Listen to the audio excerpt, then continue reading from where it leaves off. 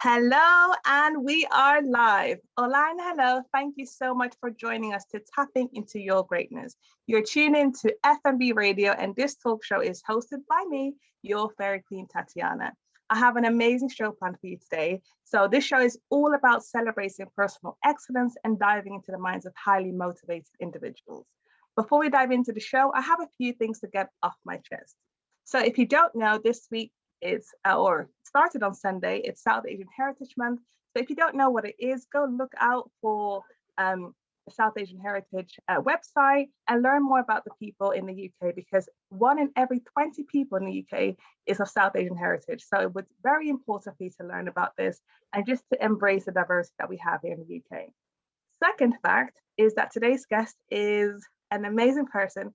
She was one of my first friends when I moved here to the UK, and she inspires me. And from my parents' perspective, has always been one of the people I was compared to, but it's absolutely an honor to be compared to her and just to get myself to level up. But I'm so proud to have her on the show, and you'll find out just exactly why I love her so much. So before we get into the show, I would like to introduce you to Tapping into Your Greatness guest, Paige. Hello. Hi, Paige. How are you feeling today? I'm feeling good today. I'm enjoying the heat. Hopefully, Yes. We'll be able to get out and enjoy some sunshine. But yeah, it's been good. Oh, thank you. So your resume is absolutely, amazing. And I want to learn more about you. But before you start speaking, I'll just introduce your bio a little bit so people will know who you are. So Paige started her career as a teacher with a passion to not only educate, but also to support her students become the best versions of themselves, no matter their ability. And I think tapping into your greatness is really about, being the best version of yourself, and you passing that to your students is absolutely amazing. So from teaching, this led her career into many aspects of education, such as schools, charities, government, widening participation projects, and now higher education, where she's currently a welfare officer at a very reputable university, which will not be named, but it's really, really good university. And making sure that she practices what she preaches and striving to become the best version of herself. She's in the process of being an absolute amazing entrepreneur, business owner, and she is the owner of Purely Sweet by Paige. And I'm not biased at all, but these luxury raw vegan dessert treats are so amazing. And hopefully you will order them from her website. But Paige, can you tell us about what attracted you to education in the first place? Why did you want to become a teacher? Of course. That was really sweet. I'm glad you liked the treats. Yes. So I think probably the main thing, and I think that's why a lot of people go into education, is because perhaps they may have struggled at school and they want to be that teacher that they had that actually unlocked that key, and they thought, wow, I can do this. And so that's really why I went into teaching. I did struggle at school. I was kind of mid-range a lot of the time. I didn't have very much confidence, and I remember there was one English teacher, and English was something that I did struggle with spelling and things like that. And there was one English teacher that just really made a difference to me and just made it so that I could understand. And I realized that I didn't always fit the world, but I could make the world fit me, and I could still achieve. And so that was such an empowering moment that's why I went into teaching, because I thought, if I can have those moments, then other people can. And hopefully, because I have an understanding of maybe feeling a bit like you're struggling, I could help those students that were maybe a bit like me, I guess, and unlock their potential and find their keys to their sort of success. And what do you think makes the difference for when it happens, when you kind of allow the student to see that potential within themselves from a very young age? What difference can that make for a child and ultimately an adult? I think it can make the world of difference. It unlocks confidence that they probably didn't know they were lacking, but as soon as they gain that confidence that actually they can achieve, it just makes things, it makes their dreams perhaps become that little bit more of a reality, and they can think, actually, it's not just something that, oh, that person that's really good at this will eventually get to do, or I don't have this skill, so I'm not even going to try. When they realize that they just needed a different way of looking at things, then they realize that their dreams are achievable, really. Yes, honestly, if I could be like reverse a couple of years, I would have loved to have you as one of my primary school or even secondary school teachers. I think you're such a sweet person. I think it's so important trait and quality that teachers can have and have the impact. So you started up in school and then you went on to charities and government widening participation. How have you found your transition in every, like within the sector, but in different fields within the sector? How have you found that? It's been really interesting, and what's happened is each new part of education has brought so much more knowledge and skills and just such a bigger understanding of education as a whole. I realised that I really loved the pastoral side of teaching, and so that's when I started to shift more into the charity work. So we used to work with children that were from disadvantaged backgrounds. Perhaps we had some children that were seeking asylum, so they didn't ever have any English straight away. So we would help those, and it wasn't just about teaching them the knowledge, how to survive in this new country, or if you don't have the perhaps privileges that other students have, how they can still achieve. It was about life itself and about giving them confidence to go out in the world, even when they may feel they're on the back foot. So that was really nice. And when I was at the charities, I worked with all ages of students up to the age of 18. And so that's when I really got the bug for working with older students as well. Yes. And so each little part has led on to the next, and it's really nice to now be in a place where my whole focus is building them up, building students up, making them hopefully realize that this big mountain of a degree that they see in front of them is achievable, and how that can be broken down and how they can get through that year, especially if they're struggling. Yes. So if I was going to a careers office and finding out what does a welfare officer do? So can you explain a bit more about what you do on a daily basis?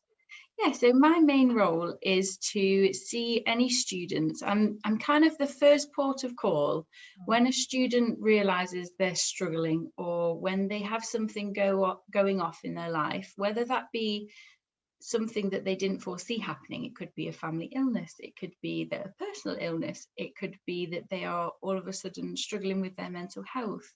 It could be just the day-to-day life of studying is getting them down. They come and chat to me, and we have a good talk about what is going on, how some different strategies to help them, the things that they can put in place, making sure that they're sort of looking after themselves. And then if they need it, any specialist help, then I will refer them on and get them in contact with the different support services that they need. Yes, thank you. From my own perspective, I came to England or Nottingham when I was 13 years old, and you were in the same form with me at school. And I'm not sure what you thought of my English then, but going throughout your teenage years or even as a student, there's so many different challenges that you face. And students may sometimes be shy to ask for help or to admit that they're struggling. What difference can you see when, or not the difference, but what are some barriers that you can break for students to actually reach out for help? Because sometimes people don't know where to go and to admit they have got, they need some help. So what would you suggest for them to do? I think it's a really personal thing, because there are so many stigmas still attached to sometimes needing help. Yes. And there's certain demographics of students that really do struggle to make that connection. What I tend to do is, it's kind of working with the other educators in the sector. So I work with their personal tutors and work with senior tutors, and then different people in the departments. And if we notice that there is somebody that's perhaps just not achieving the way that they used to be achieving, or they've just perhaps slipped off the radar a bit, I send that initial email, just kind of being like, look, I'm here, I've sent the email. If you all you have to do is just say yes, or just give me a nod to say that you'd like an appointment. And that's sometimes good, because we can just we can pick them up on that. And I think a lot of students don't know how to make the initial step because it's such a big one.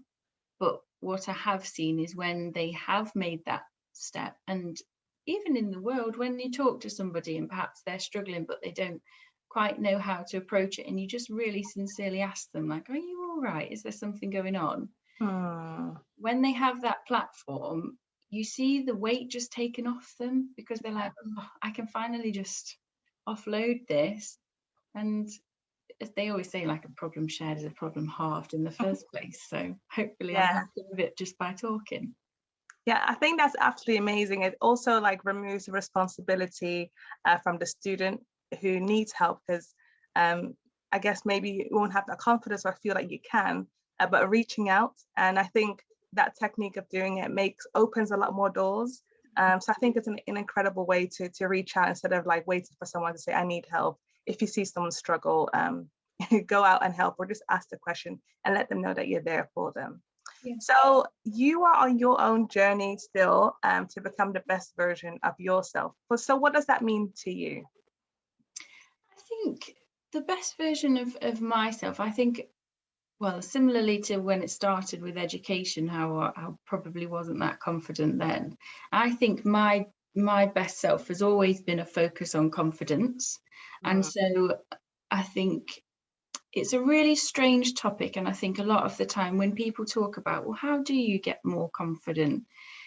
There's not always a magic pill or a quick fix. And I think that the best way that I've found, and something that I'm continuing to do, is constantly challenge myself and constantly say yes to opportunities that make me a bit scared, within reason. But those things that you think, oh, I'm never going to be able to do that, well, they're the ones you need to say yes to, because you don't realize how far you can push yourself until you've tried. And I found the biggest thing is I've always surprised myself, and I've always achieved when I thought I wouldn't. So I think that's probably my journey of continuing to become my best self, is to keep challenging myself. And I think that's one of the things where the business comes into it, because never, ever, if you'd have said to me, you can apply to be a business owner, and I would never have done that. But slowly but surely, little steps, I've achieved each little challenge, and it's led to me owning a business, having a good job that I really enjoy. And this is all part of my journey, really. That's amazing. Like, I've been telling you for years, you should have a whole bakery situation. And I'm still waiting on this bakery to open. Just saying, the world needs to hear this. The bakery will come. Tell us about your journey to start Purely Sweet by Paige. How did you come up with the name? I know you're sweet as a person, but how did you come up with the name? Why is it, raw luxury food? Just tell us all about your business and your journey in that. Okay. Well, I've always loved baking. And I know you've known me for ages, so you'll know that our family have such a sweet tooth, and there's always cakes at home or biscuits at home, and I love all that kind of thing. A few years ago, there was an incident in my life where my world was kind of turned upside down, and I had to go back and live back at home for a while, just because I needed my support network around me. And during that time when I was at home, I threw myself back into baking because I found it quite relaxing. And I would put a massive chocolate cake on the table, and everybody would be tucking in apart from my dad. And that's not because of his choice, because he absolutely loves sugar cakes and he loves them, but he can no longer eat them because of his illness. And it was at that time when we were all tucking in and he was having his fruit salad again, that I just thought, I'm never going to make a dessert unless everybody around the table, no matter their eating preferences or dietary requirements can't have the same bit of, because there's nothing worse when you go in over, when somebody comes over and they feel alienated because they can't have something that everybody else is. Yeah. So that's when the experimentation began. And my dad can't eat a lot of different things. One of the main things is sugar and dairy. So they were instantly gone.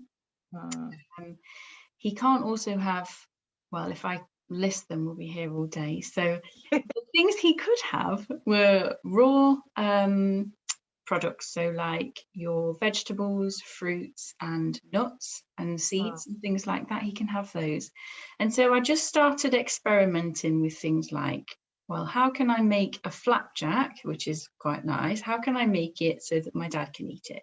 So it turned into no sugar. We use things like dates. And I added some nuts and seeds in there to be able to get him the nutrition that he needs, that he may not be able to access otherwise. So that's where it kind of came from. And he was my chief guinea pig. He tasted everything and he was getting more and more excited the more and more I've managed to bring in new varieties. Yes. And we have some friends that, well, a lot of our friends are quite health conscious, and they would try the things I've made and they always loved them. And like you said, you have always been a cheerleader for my baking in general, saying we need to open this bakery. And once they tried those treats, they were like, why don't you do this as a business? There's such a gap in the market.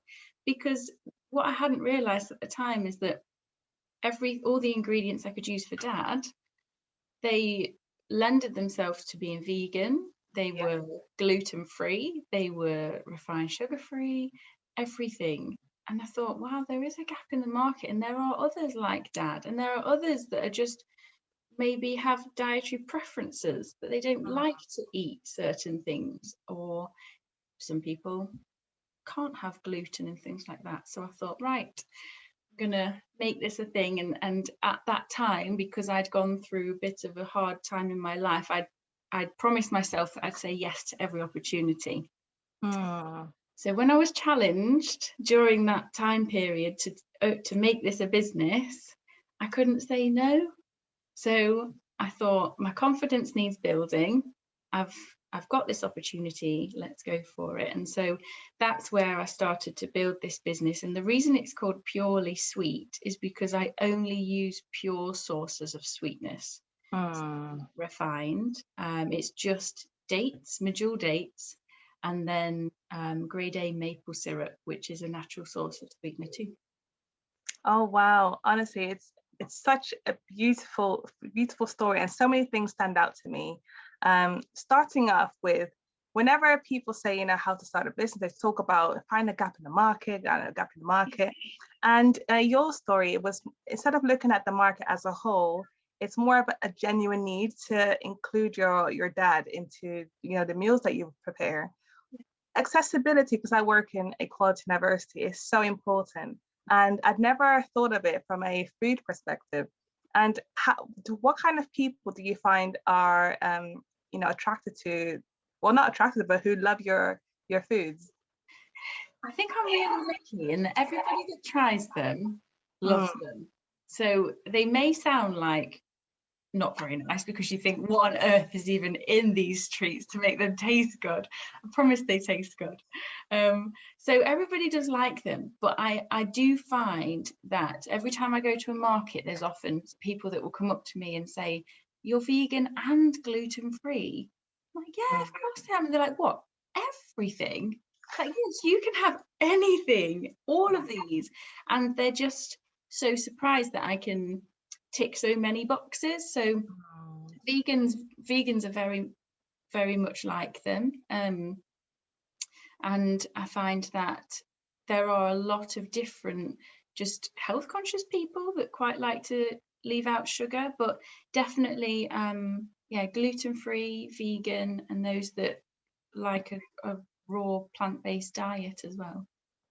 Yes, and I would say, like you're saying, at first you think, okay, what's in it? But then once you taste it, you're like, you know what? This is good. It's one of those things you have to say yes to, and once you do, you're hooked onto it.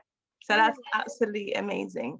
The second thing I wanted to kind of dig into a bit deeper is the thing about support network. And you were saying that, you're going through challenges, but then, naturally you're looking for something that brings you joy, which is making cakes and baking in general.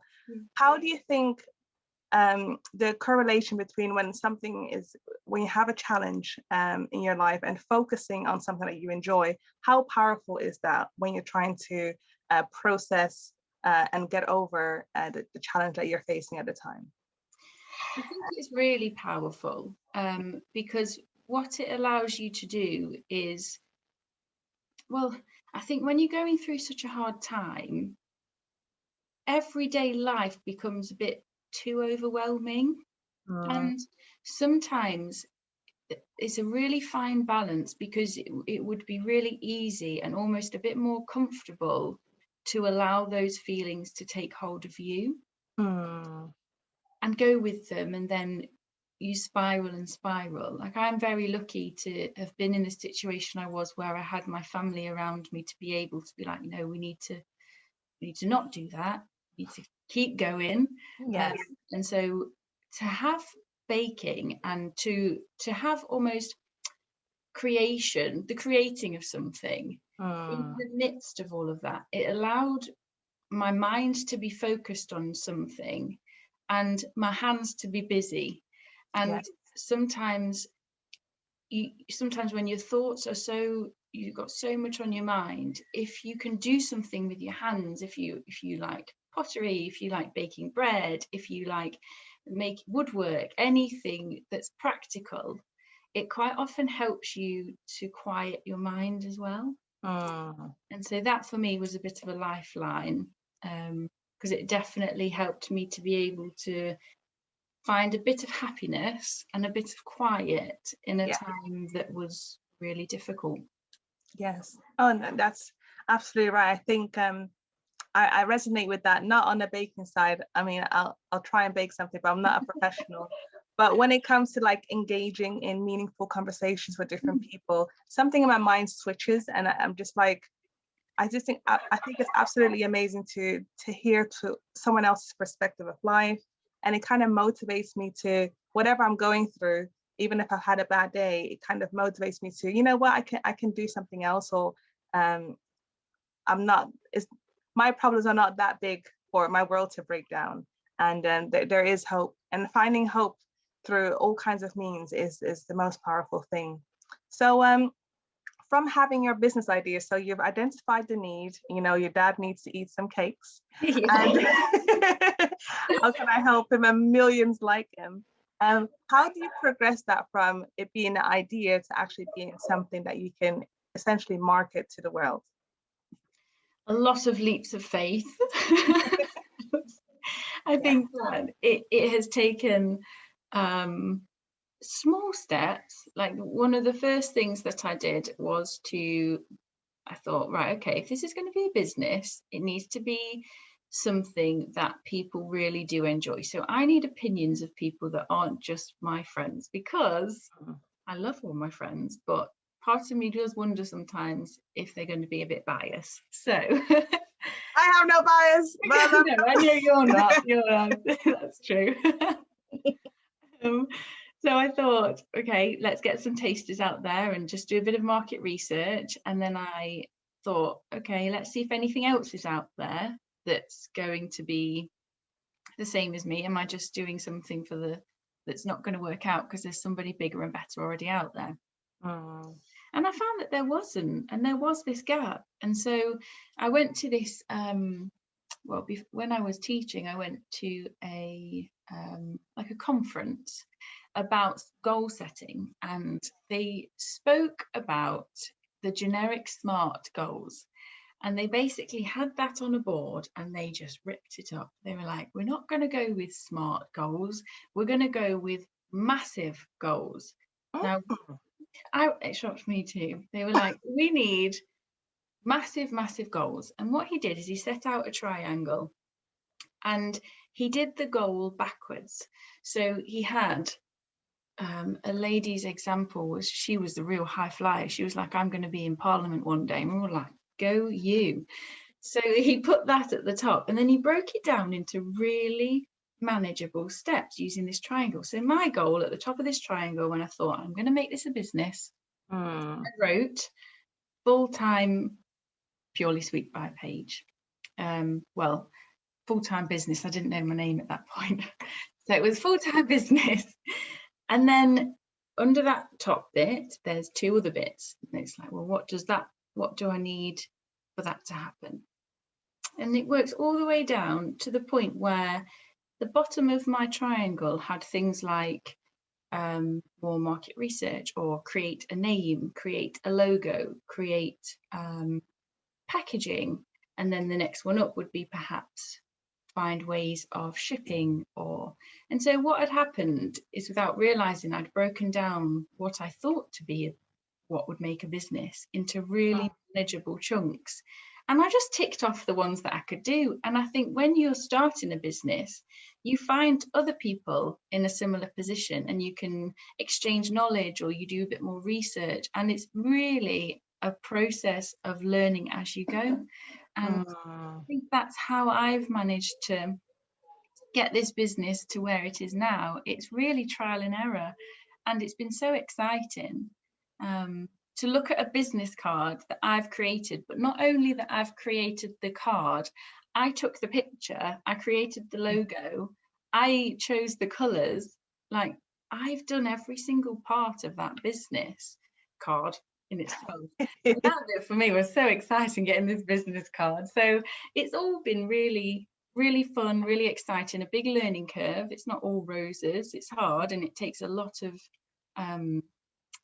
sleepless nights when you're worrying if the box is going to make it through the post for the first time, or yes, yeah, but it happens slowly over time, and then you look back and you're like, oh, I've got a business here. Oh, that is so amazing. 2 points out of what you just said is, one, you say it's a learning experience, that it's not all roses. How do you deal with the setbacks, or when you make a mistake, or you're a fail at something?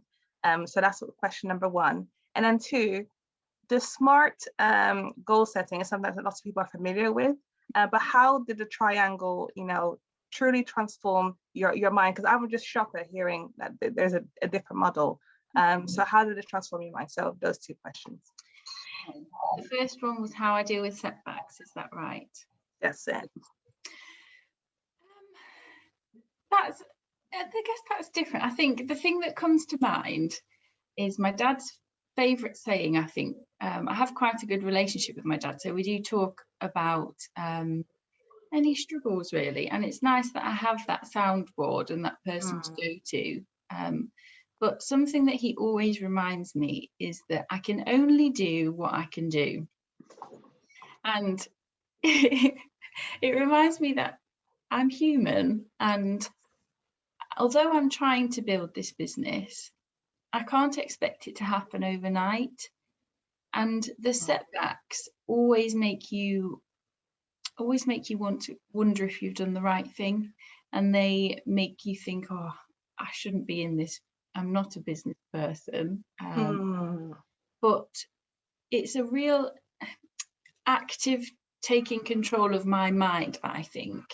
I have to take an active role in that, otherwise I'm such an overthinker that my mind would take away, I don't know what the words are, but it would just be allowed to overthink, and then that's bad for everybody. Yes. So reminding myself that I can only do what I can do. This is a setback, but I think in the same thread, I've never been too scared of failure, because back to the beginning, I've always felt like I've had a lot of failures. So you get used to it, and you realise I've had all these failures and I'm still where I am. So the worst that can happen is that I take a little while to recover, but I'm going to get back on the horse and I'm going to keep going. Yes. So it's it sounds strange, but really having a good talking to yourself. No, I think it's very important to check in with yourself and have the honest conversation. Also manage your own expectations of yourself. And like I say, you can only do what you can do. And even though it may take some time to process it all, but you can overcome it, because up to this point in your life, you've overcome so much. So why can you overcome this that you're going through? Yeah, that's it. It was the second one was about the SMART targets in relation to the massive goals, wasn't it? So I find setting SMART targets, I always found it really difficult because there was so many factors that I had to try and build into this one sentence that my goal kind of gets lost because I'm too worried about it being specific, and I'm too worried about it being time bound. Yeah, that's the one. And when you set a lot of SMART targets, they are really good in some situations as well. So I do still use them, especially in a professional setting.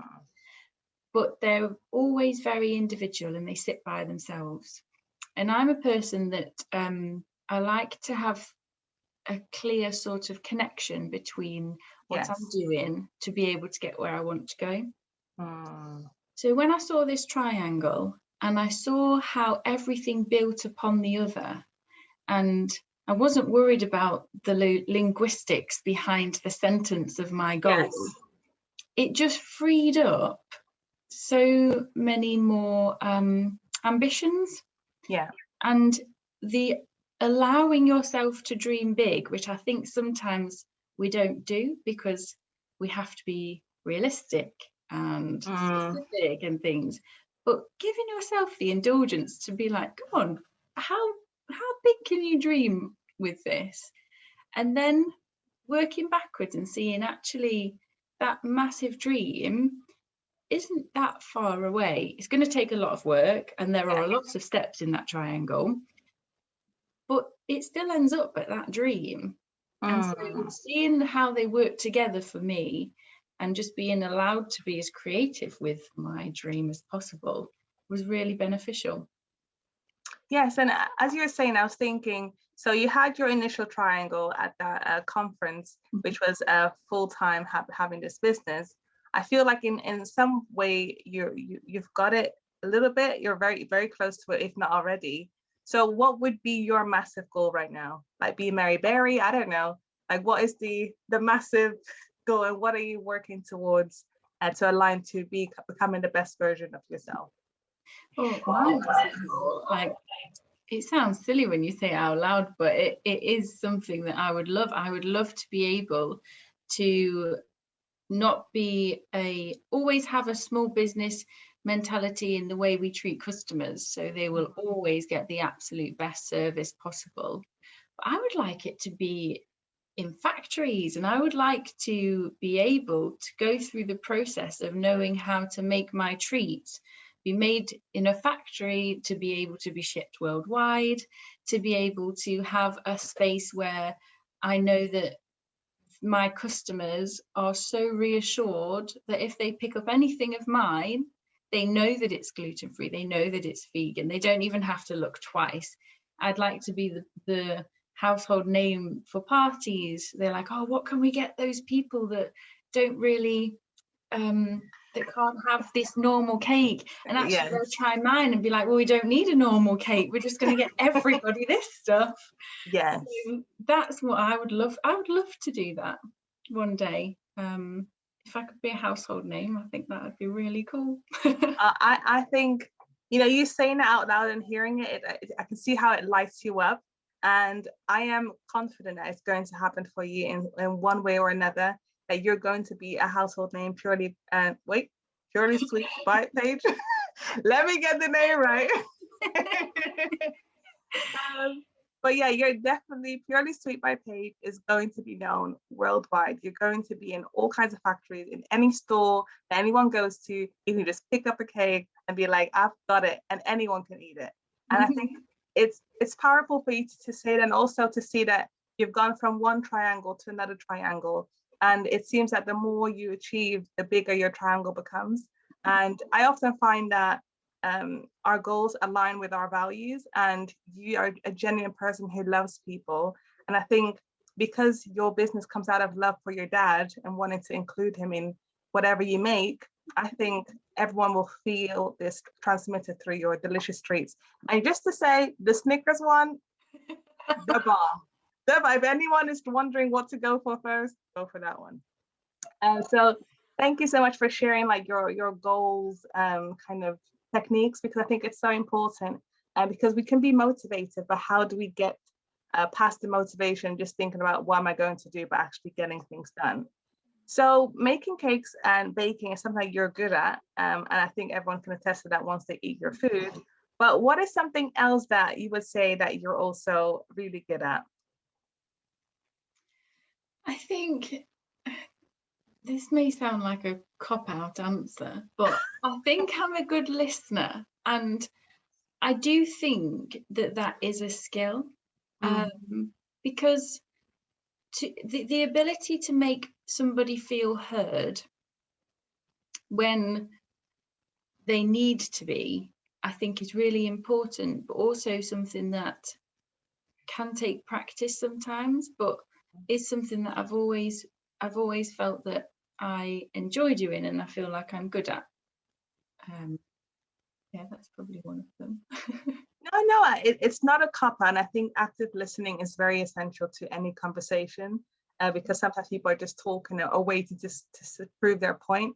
But when we're active listening, we're not listening to the voice in our head, but really focusing on not just the person's words, but also their body language to really understand.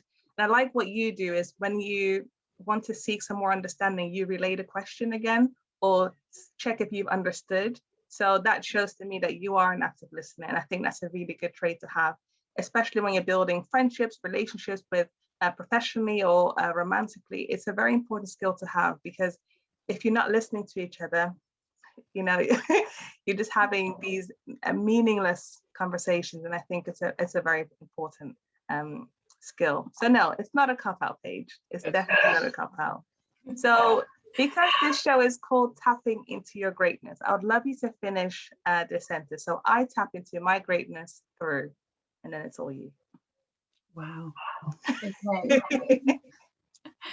I tap into my greatness through challenging my confidence. I think that, yeah, definitely. That is how I unlock or tap into my greatness. It's definitely challenging yourself, because that's how you surprise yourself, and that's how your confidence grows and you tap into how great you can be and the potential that you have. That's absolutely amazing. And as you were saying, I feel like getting out of your comfort zone is something that's part of those challenges. So like you say, it doesn't mean that you need to do something completely crazy. But sometimes you still know it's safe, but it's out of your comfort zone so that you can grow. And it's like when you're lifting weights, you don't know you can lift heavier if you don't try it. And you just incremental change and just outgrowing what you think your ability is. So no, that's absolutely amazing. And outside of your business and also your full-time job, what is something that you're currently doing to challenge yourself to continue to grow? I've started doing CrossFit, and this is a real challenge for me, because I've gone to this new environment where everybody is like an elite athlete, and here's me rocking up. I am nowhere near an athlete, but that is something that I've found really, really good for my mental health, physical health, and it's definitely challenging my confidence of getting out there, meeting lots of people, especially as lockdown is starting to lift. I didn't realize how much I'd craved interaction. So that's been nice, but in the same thread, it's been a bit daunting going back and interacting with people, because obviously we haven't been doing it for so long. That actually challenged me a little bit, because I had some anxieties with that. So it's all been challenging, but it's been so brilliant, and I am loving the new hobby. And I think it's absolutely amazing. And in what ways is it challenging you at the moment physically, do you find? Well, physically, I can't lift what they're lifting, but like you said just a few sentences ago, You don't start with the massive weights, and you Mm. add it on incrementally and incrementally. And I was at a session the other day where I lifted an amount I never thought I would, but the trainers just did it slightly and a little bit more. They looked at me and they were like, no, you could go further. And I'm there like, I can't. But I did. Yes. And so it's challenging, but it's definitely fun when you see, actually, yeah, I can lift that now, and you make progress fairly quickly. So that's nice to see as well. Yes. And what has it shifted for you mentally? Because I think challenging can transform you physically, but also mentally. Yeah, well, like I mentioned, I'm a real overthinker. And so I was finding that, especially at home, because of the majority of the time I am by myself, I am just left with my thoughts. And it got to a stage where the day felt really noisy and felt really busy, even though I wasn't really doing very much. And I found that going to CrossFit gave me even just that hour to start with of just mental clearness, where I'm more worried about trying to physically lift something and be not so much in my mind. That has really helped. But it's also challenged me mentally a lot, because I have had to realize that the realization in your mind that perhaps you're not as strong as you want to be, or you're not where you want to be, having to battle that voice can be difficult. But then you have to remind yourself that you can only do what you can do. And again, it's step by step. I'm not going to be a weightlifter overnight. Can you imagine the guns? Now you're getting it. You're able to lift me, and if you're able to lift me, then you're strong. You're definitely strong. I don't know about that. Oh my goodness. So as you were talking about your journey now with CrossFit, it reminded me of your one of your favorite quotes. So can you tell us what your favorite quote is and why? So I guess my favorite quote is similar to like an affirmation. Yes. So it is actually, I can. And that is because I think I'd underestimate myself. And I think I sometimes project that and think people underestimate me. And I really thrive through proving myself and through proving people wrong, I don't know whether that's a good thing or not, but if I can prove somebody wrong, or I can prove myself wrong, then I just feel like, yeah, actually I can, and I can achieve this, and I do, and I will. Yeah, that's probably okay.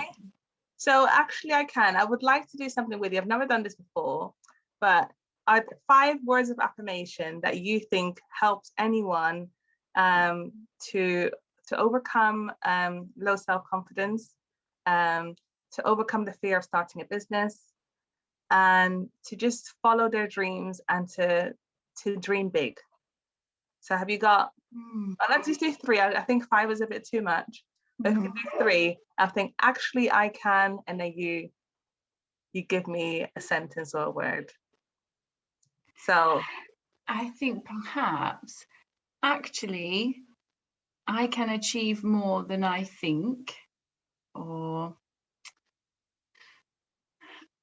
actually I am enough, because I think you need to realize that where you're starting is okay, and it's not that you're starting on a deficit, you're starting exactly where you need to be.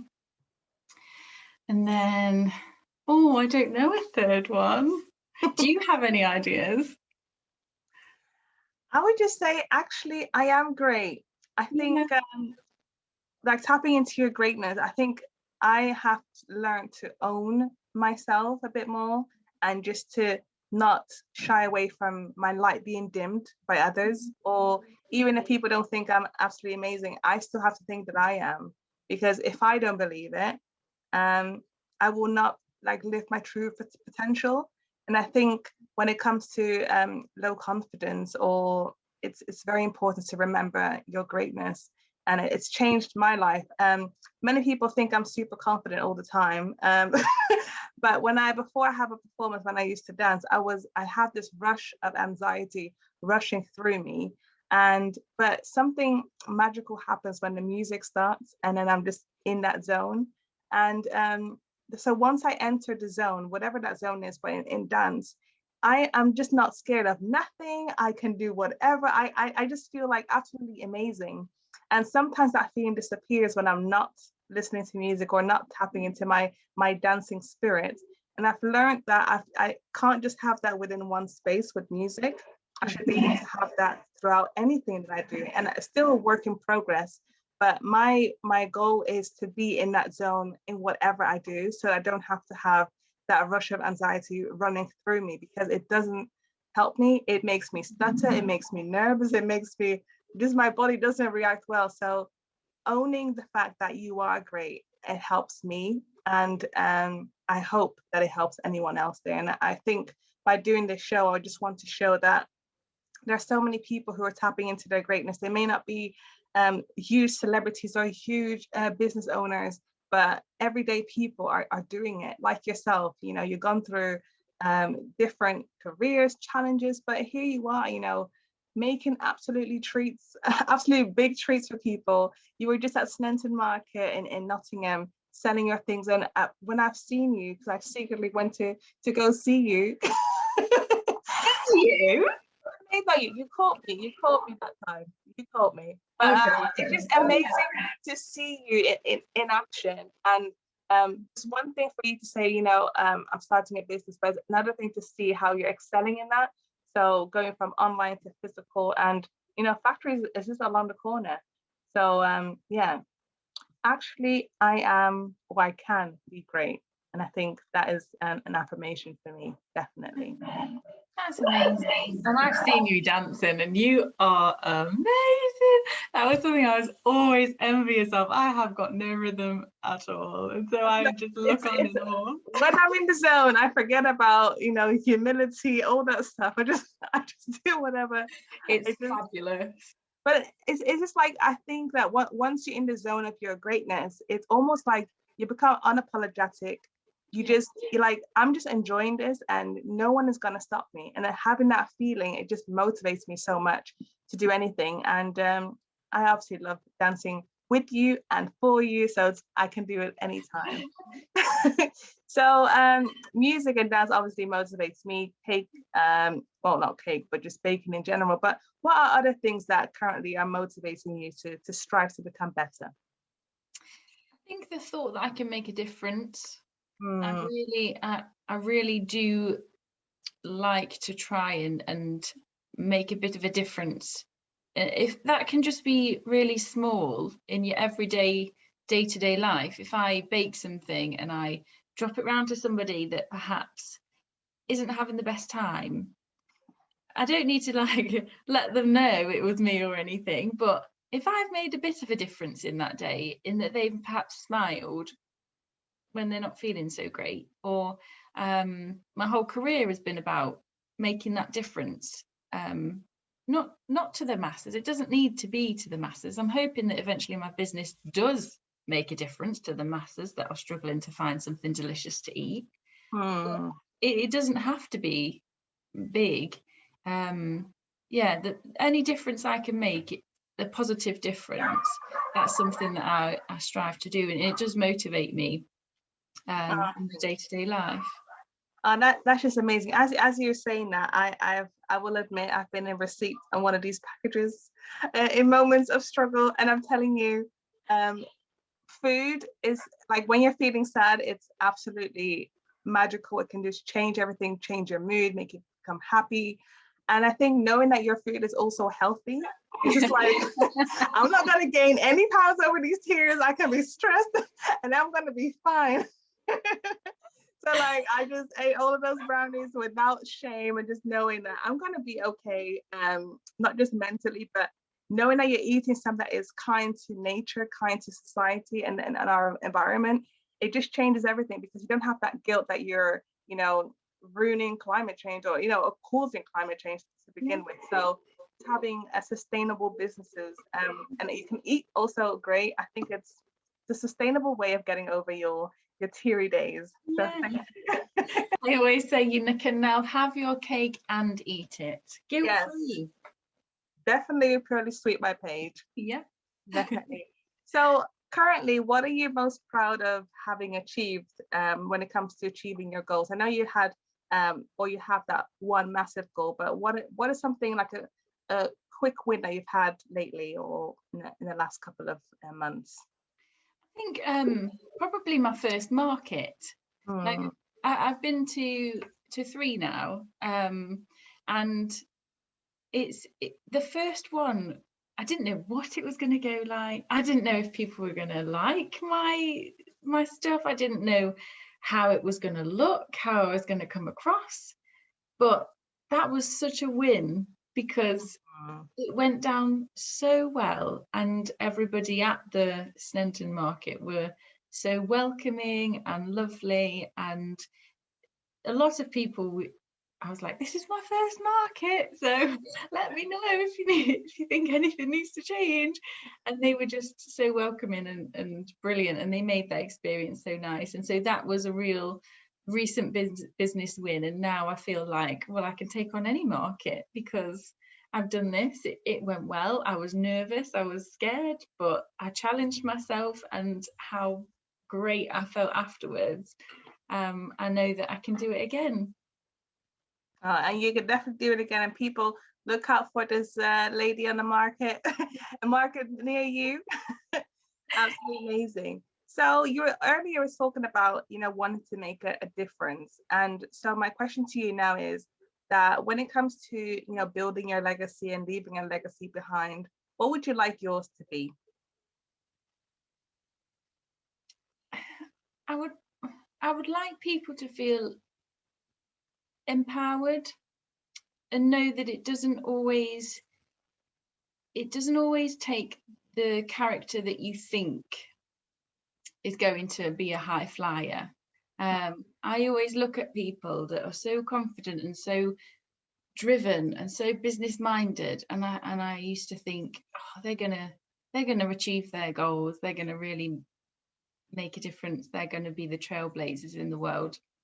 And they will be, and good for them, because that's a brilliant characteristic and trait, and to have that is fantastic. But it's not only that type of person that can achieve what they want and can get the things that they want. And I think if I can lead an example in being perhaps the most unsuspected person, that I was never in the yearbook for being president, and I was never in the yearbook for being a millionaire or any of those big things. But if I can do it, and I've got the personality like I have, then I hope everybody feels like they can achieve what they want to. And I think that would be a really nice legacy to leave, just to empower them. Yeah. Oh, that is so beautiful. And honestly, I didn't make it to the millionaire in the yearbook, so it's fine. Not many of us reached it, so No, still we can all reach our goals still, it's fine. yes. But I do like your message that or the legacy about anyone can achieve anything, and even when you see other people, I think what's important and what you said is other people you think they're trailblazers, and they are, but so are you. And so us tapping into our greatness doesn't mean that we need to, diss other people that are doing things that you think, oh, maybe they're so great, they're better than me, but everyone can achieve. And I think when we have that mind frame, it just opens up so many more opportunities for us, because everyone has a space in this world, and it's never overcrowded. We can achieve anything, and two people can do the same thing, but everyone or every single person brings something different to the table. So there's space for everyone. So I think that's very beautiful. So when it comes to your best traits, I think you're very kind, you're a very sweet, genuine person. How do you feel when people speak quite kindly about you? Do you agree with them, or does it feel weird or surprise you that people associate you with good characteristics? It used to really make me feel uncomfortable, Hmm. because I've never been very good at taking compliments. But I've noticed, and I've made a real conscious effort, because if I compliment somebody, I mean it. And I don't want them to then be like, oh, no, I'm not. They say that. And so I've taken that. And now if somebody compliments me, I say thank you. I don't then be like, yes, come on, give me more compliments. I just thank them, and I try and take that on board. And I've been doing it for a little while now, and it really has made a difference, because it shifted my view of myself. I've definitely gained a lot. I've gained a lot more confidence in just myself, and I realize now that yes, I am these things, and it's okay to own those, and it's okay to own the positive qualities that you have as well as the negative, because they're really easy to be like, yeah, I'm not very good at this, I'm not very good at that. But actually, Yes. no, admit that you are good at something, and it makes the steps to achieving your goal so much easier, because you back yourself a lot more, and you realize I can do it, and people realize I can do it. And if they're seeing something that I couldn't see at first, you tell yourself enough times, then you start to believe it, and you listen to those people enough times, and you take it on board. It eventually starts to sink in. Eventually. Okay. I know you've been doing it for a really long time. I suppose to reply, if actually I can, eventually it will. It will be received. Definitely. So if I am listening to this and I'm thinking, okay, Paige is absolutely amazing. I love her story. I love her journey. And I want to try, one of these cakes and treats. So where can people find you? So I have a website, and it's purelysweetbypaige.co.uk. And on there, you can order any treat boxes that can be sent through the post. At the moment, I have 3 set boxes. There's a feeling fruity box, which is all my fruity flavors. There's a classic box, which is all the classic treats like Millionaire's shortbread and brownie and flapjack. And then there's the other box, which is a family favorite and also your favorite, the peanut caramel, which is also known as like a Snickers. So yeah, that's where they can find them. But if you fancy perhaps a smaller box, or you fancy the cheesecakes that I post on social media, they can't be sent through the letterbox, so they're market exclusive. So you are always welcome to look out for when I am next at the Snunton Vegan Market, or any other markets that I'm going to be trying to get, that I have places at in the future. Come on down, come and chat to me, come and say hi, and you can try them. We have tasters, so that's always a bonus. I know you can taste it before you buy. It's definitely worth it. Bring your wallets, bring your purses. So currently you're doing a postal, and are there any projects that you're currently working on to expand? So you said that you want to look out for more markets. Are you looking throughout the East Midlands, or how far are you willing to go? Because people in Scotland, I'm sure, would love to have your cakes. Well, I was actually scouted by a market in London. I know, they came to me. Yes. I'm going to hopefully be going to London in the next few months. I'm a little bit small to be able to stock the amount needed right now, so I'm working on how I get the treats down there. Yeah. But yeah, no, I am willing to go anywhere with them. And so hopefully I'll be able to travel the country at some point, and once I've got my transportation down, trying to keep them all cool and things on the train is going to be a bit of a feat, but it'll be fine. That's absolutely amazing, Paige. Yeah, so that's kind of expanding that way, which would be really good. And then I'm going to be adding more products on my website, especially around when it gets to kind of October with bonfire night, November rather, and Christmas. There's going to be lots of specials coming out, and my range is expanding online as well. So it's all behind the scenes at the moment, but it will all be online soon. Oh my goodness, that is absolutely amazing. And hopefully everyone will go to your website, which I will link below on the YouTube channel. And I'll also link the Instagram page so you can also see and view all the delicious pictures of all the foods. Is there anyone that you want to give a shout out to, especially those who have supported you in your journey to get this business working? Because I know you don't do everything by yourself. So is there any shout outs you want to give? Oh, well, obviously my family, they have been just, I would not be here without them. Business sense and personal sense, I wouldn't be the person I am without them. They're definitely, so yeah, my mum, dad and 2 sisters, and my sister's husband is also going to be in there. But yeah, there's been lots of people, and I think you have always been, I know you're here, so it's not really a shout out, but definitely you and Kelsey, you've always been my cheerleaders from the beginning. And then there's lots of people actually, isn't there? I could do like an Oscar script, but yeah, I guess Simon as well, and has been really helpful in helping with all the finances of the business. So yeah, they're wow. the ones. I think it's absolutely great because, you know, all of us, we carry people with us wherever we go. So it's important to acknowledge that. So if there's one thing that you want to leave people behind with, your little pearl of wisdom, how can others tap into their greatness just like you did? Believe in yourself, even when you don't believe in yourself. And it sounds really strange, but you've just got to keep reminding yourself of the positives and that you can do things, and yeah, you'll surprise yourself. So just believe in yourself as much as you can. Oh, that's absolutely amazing. Thank you. That's all we have time for today. Paige, thank you so much for being on the show today. I really enjoyed listening to you, and I hope that everyone will tap into their greatness just like you and to achieve their massive goals, and, you know, just to be continuously progressing. And look at you. I mean, I'm so proud of you and all of your achievements, and I'm so happy to see your journey. So if any of you have any questions for Paige, just put them in the comments below or to reach out to her on her Instagram page. I hope to see you next week where we have another amazing guest from 6 till 7 at F&B Radio. So thank you very much for your time and see you next week.